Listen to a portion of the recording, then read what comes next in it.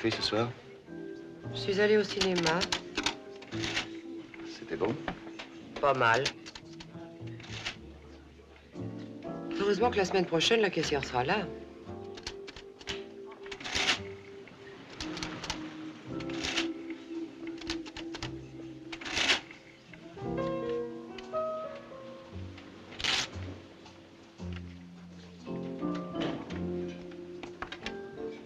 Qu'est-ce qui se passe?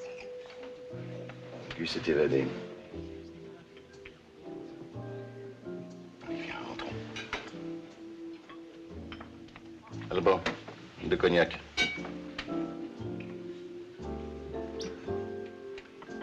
C'est incroyable. Il y a 10 ans, j'ai voulu l'aider. Il m'a répondu que je pouvais le laisser crever tranquillement. J'ai même eu peur qu'il se suicide. Aujourd'hui, il a 46 ans. Alban. Gus s'est évadé. Faut tâcher moyen de le trouver tout de suite pour le planquer.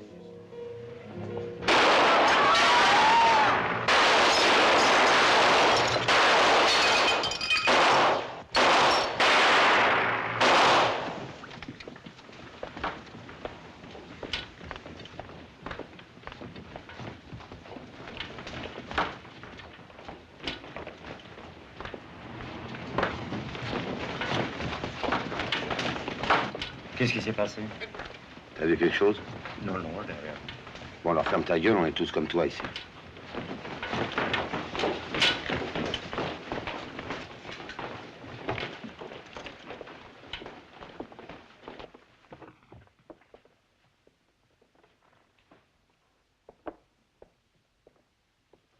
Attention en dessous. Qu'est-ce qu'il y a? À demain. À demain? Non, c'est Jacques. Arrange-toi pour que tout le monde soit parti avant 5 minutes. Compris.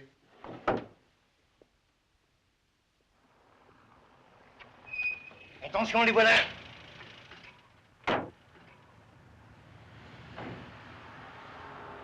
Allez, en avant. Tout le monde en voiture. Touchez pas celui-là, nom de Dieu. Qui a tiré? C'est elle? Non, c'est pas elle. Elle, c'est la patronne. On vous demande rien. Vous parlerez après. Je ne crois pas qu'il vous apprendra grand-chose. Justement,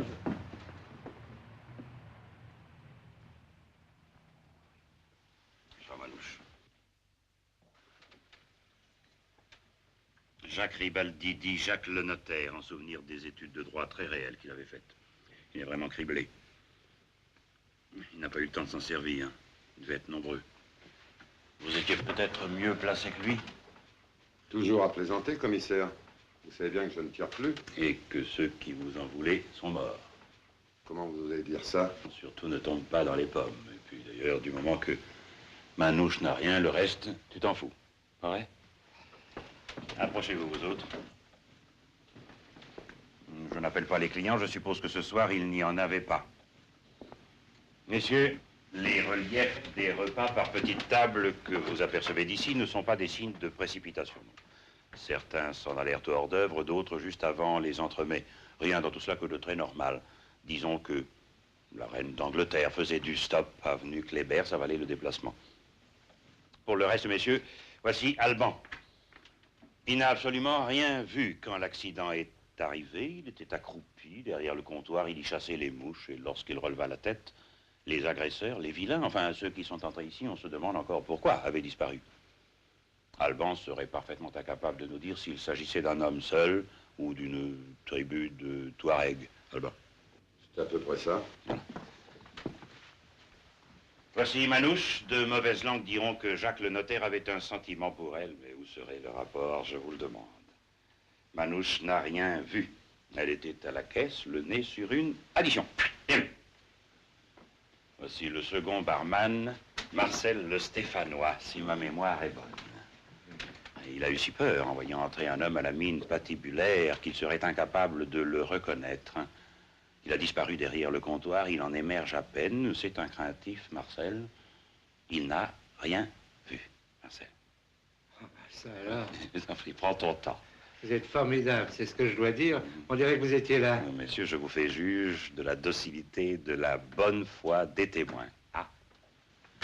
Je vous présente le voiturier, un homme honorable dont le nom m'échappe.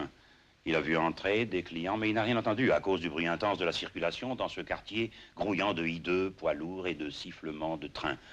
Puis il a vu sortir des clients, ce dont il a une grande habitude, et on est venu lui annoncer la mort d'un homme. Il est encore sous le coup de la stupeur. Auriez-vous la force de parler, mon enfant? Vraiment, quel choc. Abrégeons, je ne suis pas un tortionnaire. Ne soyez pas timide, allez vous asseoir. Messieurs, un idiot de village comprendrait que ces gens n'ont absolument rien vu. Quant à la disparition des clients, ils ne sont pas payés pour en découvrir le motif. Tout le monde n'a pas une imagination au-dessus de la moyenne, messieurs. J'en ai terminé. Pas la peine. Je me trompe, Alban? Les mercenaires de cuisine ont dû réintégrer leur domicile. Et c'était beaucoup de monde pour rien, commissaire. Je me demande ce que nous sommes venus faire dans cette pouponnière. Auriez-vous la bonté de me rendre le même service qu'il y a 2 ans? Voilà, c'est à jour. Merci. C'est le relevé du personnel et les adresses. Le juge en fera des choux maigres.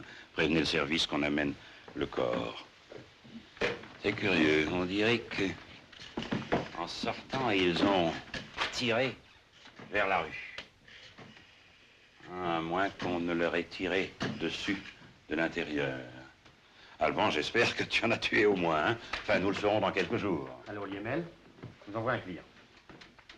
On emmène seulement le corps. Pour les autres, nous pouvons nous en tenir à la formule rituelle. Tenez-vous à la disposition du commissaire.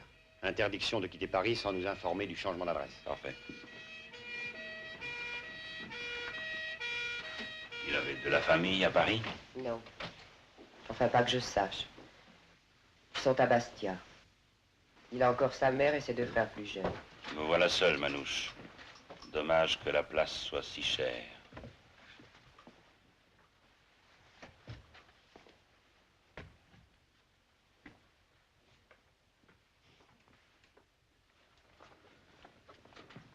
C'est fini, Manouche. Vous pouvez disposer, vous autres aussi, monsieur.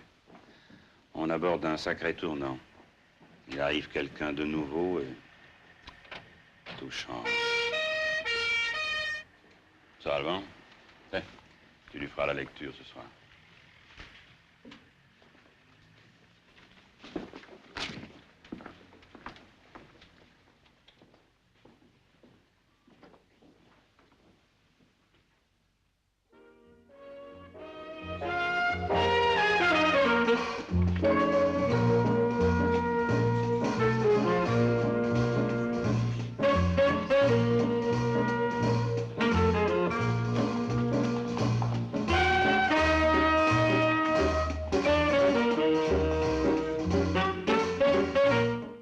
Depuis 2 jours. Mais vous l'avez pas fait soigner? Bien sûr, mais il délire. Il répète votre nom sans arrêt. Oui. Je remonte à Paris avec vous.